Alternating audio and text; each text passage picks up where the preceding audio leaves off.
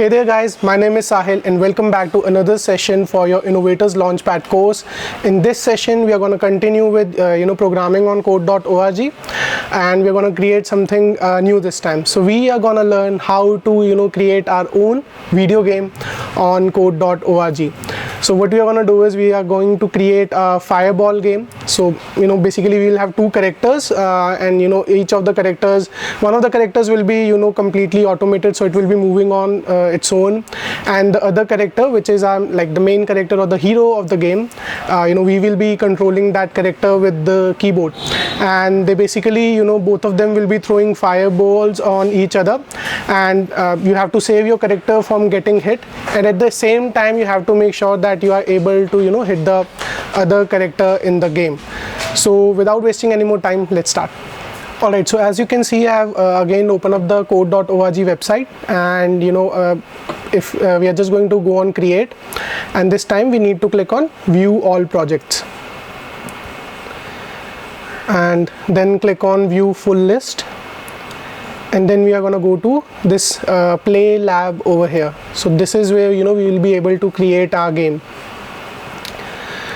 Now we already know these different areas, like like the play area, the toolbox area or the blocks area, and the workspace that we have over here. So this is basically this is where our game will be displayed, and this is where we will be able to play our game.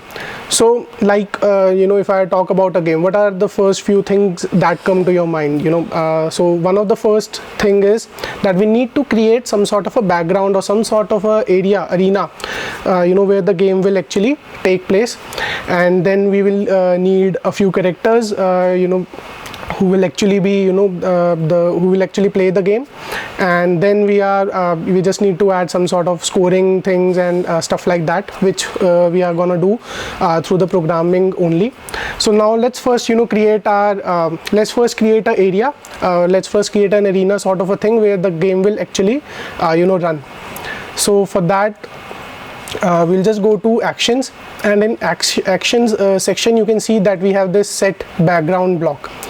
So when run, I'll just put this block over here, and you just have to select what kind of background do you want. If I were to select, let's say night for example, so I'll just run it. So you can see it creates a night background kind of a thing. If I select underwater, I'll reset and run it again. So it creates an underwater background for our game. So accordingly, as per your requirement, you can select any background that you want.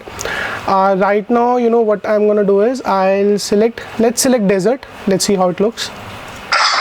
Yeah, what, I'm gonna keep the background set to desert only, and then what we need to do is we need to start entering our characters. So we need to create a few characters that will play the actual game itself. So if you go to actions again, so this very first block that you see over here, set actor, right? So I'll just drag this block, set actor 1. So this is the first actor that we are going to introduce into our game, and then you can basically select any character that you want to. So let's say I select a knight for example, and when I hit reset and run again, so you can see we have a knight character introduced in our game right now over here. Alright, and that is our character 1. So it is just basically some sort of a notation that this is the first actor in the game. And since since we need two characters in this game, I'm going to put another set actor block over here. So again, go to actions, set actor, and I'll input 2 over here because this is the second actor of our game. And then let's say I select let's select a dragon for example. Okay, now again I'll click on reset and run.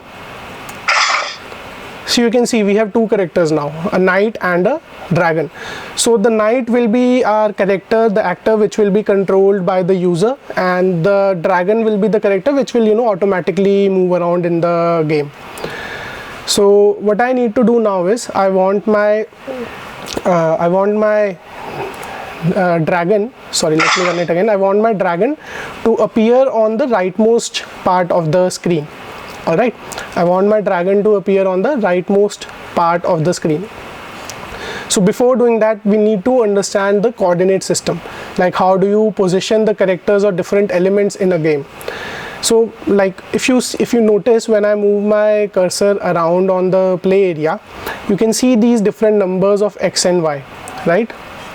Let's say if I'm at this position and I just move my mouse horizontally, all right, I'm trying to move my mouse horizontally only, and you can see that the X value is changing. All right, so X axis is basically in the horizontal direction and Y axis is basically in the vertical direction, right? So if I, let's say if I try to fix my X over here and then I move my mouse down, move my cursor down, so you can see that the Y is changing right now, right? So Y is the vertical axis and X is the horizontal axis. So this point over here is basically 0, 0, and the maximum that you can go is 400, 400. So we need to understand this in order to position our characters, position our actors properly. So let's go to actions again, and what I'll do is I'll basically set the position of my dragon to the rightmost part of the screen. So I will scroll down and you can see move actor, this block over here. So move actor, then you have to enter the number. So 2, because I want to change the position of my dragon, which is actor number 2. Move actor 2 to 200. So this is the X point, the X coordinate, and this is the Y coordinate. So X I want, because so what I want to do, I want it to move it in the horizontal direction. So X will be 400 and Y will be 0. So if I run it again, you can see now my knight is basically on the left by default, and I moved my dragon to 400, 0. So X is 400 and Y is 0. So it appears on the the top right corner of my play area. So both the characters are now in the game. Now let's start write up a code which will actually move both of our characters. So to do that, I'll go to the events section and I'll select up arrow. So basically what I want to do is, when I press the up button, I want my knight to move upwards, and when I press the down button, I want my knight to move downwards. Okay, so when up arrow is pressed, what I'll do is I'll again go to actions and I'll select this block, move actor. So move actor 1 up by the number of pixels that you wanted to move. So let's say I input 10 over here, and when I press the down button, so basically I'll create another event. When down arrow, I want to move my actor again 1 down by 10 pixels. Alright, let's run it now and see how it works. So when I press the down arrow, so you can see it's moving down a little. I can use the arrow keys also, and when I press the up button, you can see it's moving upwards. So with this very simple step, we can now basically move a knight top to bottom on the play area. Now let's create a program for dragon. So dragon, again, this is an automatic character, so it will automatically keep on moving up and down. So we don't need to use buttons for it. So we need to create some sort of logic that will allow the dragon to automatically move up and down in the play area. All right, so so what we'll do is we'll go to loops, and then I'll get a repeat forever. So what is loops? What do you understand with the English word loop? A loop is something that you want to constantly, repeat again and again. If you listen to music, if you use some sort of an app to listen to music, so there is this button for loop in that app. So when you click on that loop button, it will, continue playing that song again and again. So that is what is the functionality of loop over here. So I'll go to loops and I'll get a repeat forever block. And what I want to do in this repeat forever block, I want my dragon to like randomly move from top to bottom. Alright. So to do that, I'll go to actions. Okay. And then I'll scroll down and this move actor number 2, because we need to move dragon. Alright. X will be 400 because I want the dragon to be on the rightmost part of the screen only. And Y will be basically, now we want to move our dragon randomly, so we cannot give a fixed number, otherwise it will just stay in that same position throughout the game. So what we'll do is, we'll go to math section and we have this block, random integer. We will get this, we will delete this 200 block, and random integer from 0 to 400. So this will basically continue moving my actor 2, which is dragon. It will keep it on the rightmost side of the screen because of this 400, and the Y position, the vertical position, will be selected randomly depending on what number is generated over here. And I'll also add a delay. So it will basically wait for 1 second. Since this part is in a loop, right, it's in a repeat forever loop, so it will automatically keep on repeating itself.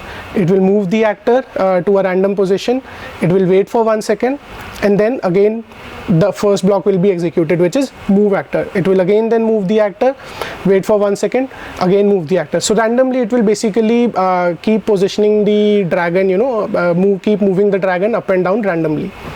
Let's see how it looks like. So I click on run.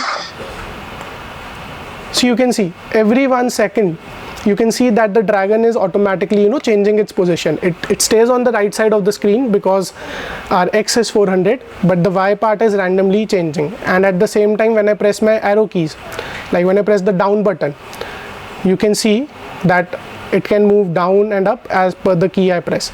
If you also notice, these blocks are getting highlighted, right? So if I press, let's say, my down button, you can see that move actor down was getting highlighted. When I press up button, you can see move actor up was getting highlighted.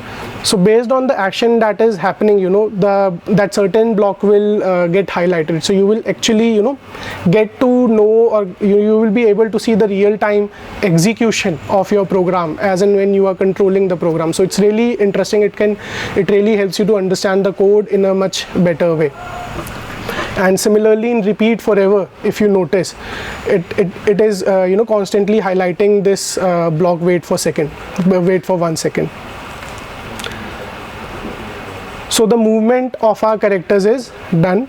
Now let's so like we discussed, it's a fireball game. We want our knight to throw fireballs on the dragon. We want our dragon also to throw the fireballs on the knight. So we now need to create this fireball animation. I'll click on reset. Okay.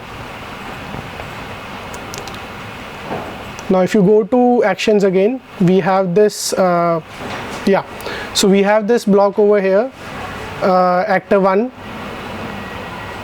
throw basketball or whatever. So basically what we want to do is, let's first program this for the knight. So when we press the right arrow key, or when we click on the right button on the play area, we want it to throw a fireball. So I'll go to events again and I'll select when right arrow and put this over here. So actor 1, which is our knight, throws a let's say it throws a blue fireball.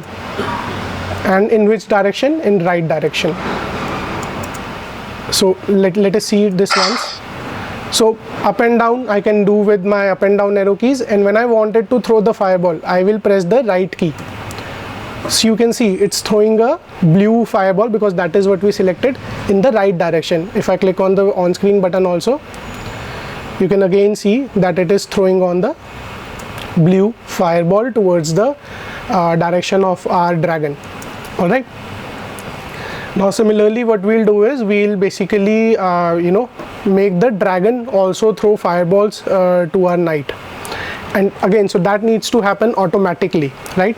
Because we are not controlling the dragon, we are only controlling our knight. So in the repeat forever section only, what I'll do is I'll just add another one of this throw block after waiting for 1 second. Actor 2, which is our dragon, throws a so dragon red fireball I think seems appropriate. It throws a red fireball in the left direction.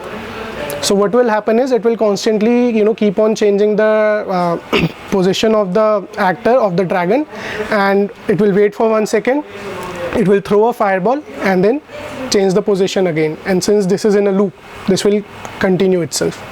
Let's run it once.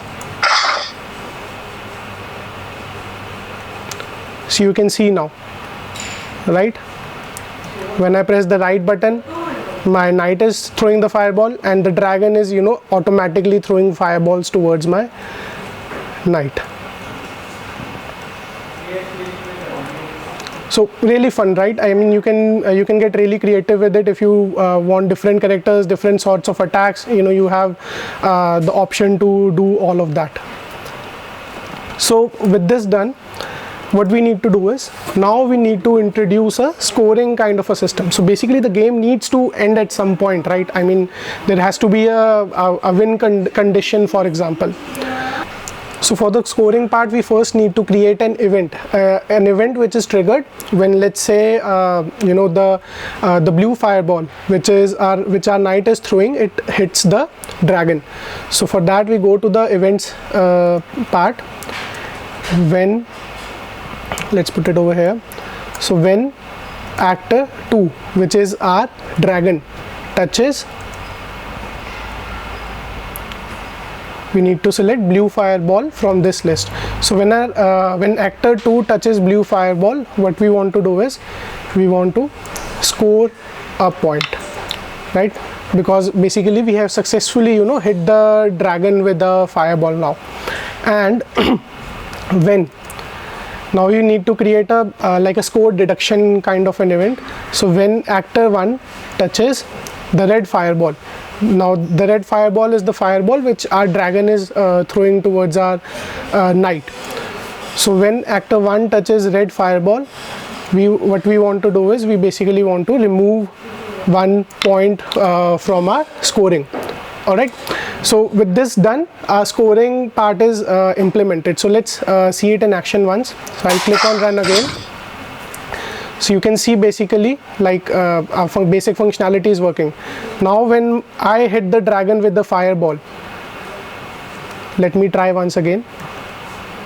When I hit the dragon with the fireball, you can see my score increases. But when I get hit with the fireball, you can see my score decreases by 1. It's 3. It's 2 now. I'll get hit again. It's 1 now. So you can see that my score changes as per if I'm successfully able to hit the dragon, my score increases. But if the dragon successfully hits me, the knight, then my score decreases. So this is how we can implement the scoring functionality in our game. And now we need to create a win condition. So let's say that if our if we are able to score 5 points, then we want to end the game as a win. So for that, what we need to do is we need to create a condition. So conditions you can do with this logic section. So we'll use a if block. If my score is, let's say, greater than equal to 5, I win the game. So if, then I'll go back to logic and I'll take this block over here, and from this list I'll select greater than equal to. So if my score, for that I'll go to the games section, games/score section, and this is the score value block. So if the value in my score is greater than equal to 5, let's just type in 5 over here. When the score is greater than equal to 5, we want to end the game as win. So end game as a win, and at the same time what we'll do is we'll basically vanish our dragon actor. And to do that, we'll again go to the actions part, and we will get this block, vanish actor. So before or after, you can put it anywhere. So vanish actor 2. So with this, our game is basically completed. We have implemented the scene, we have implemented the characters, the actors, we have added some sort of controls for our main character, which is knight, and both the characters are attacking each other, and as per whose attack is successful, we have implemented a point system also. And if we score more than 5 points, greater than equal to 5, we basically can end the game as a win. So let's try this now. I'll click on run. So you can see now what I want to do is I want to be able to successfully hit the dragon. I'm constantly pressing the right arrow key, and as soon as my score reaches 5, you can see that I won the game. I'll show it once again. I'll reset and click on run. So I'm just moving up and down, it seems like a good strategy, and as soon as my score reaches 5, I can win the game. Now you have options to experiment a lot with this. If you want to add more attackers in the game, you can do that. You can make it more difficult. You can create a lose condition also if you want to. As per your requirement, you can create lots and lots of different things in this game. It's really fun to play around with. I hope you guys had a good time, and I'll see you again next time. Want to learn some more complex programming? Or maybe if you are into gaming, you would like to create some more games which have different levels also. Then just log on to our website avishkar.cc and join our coding and app dev micro degree course.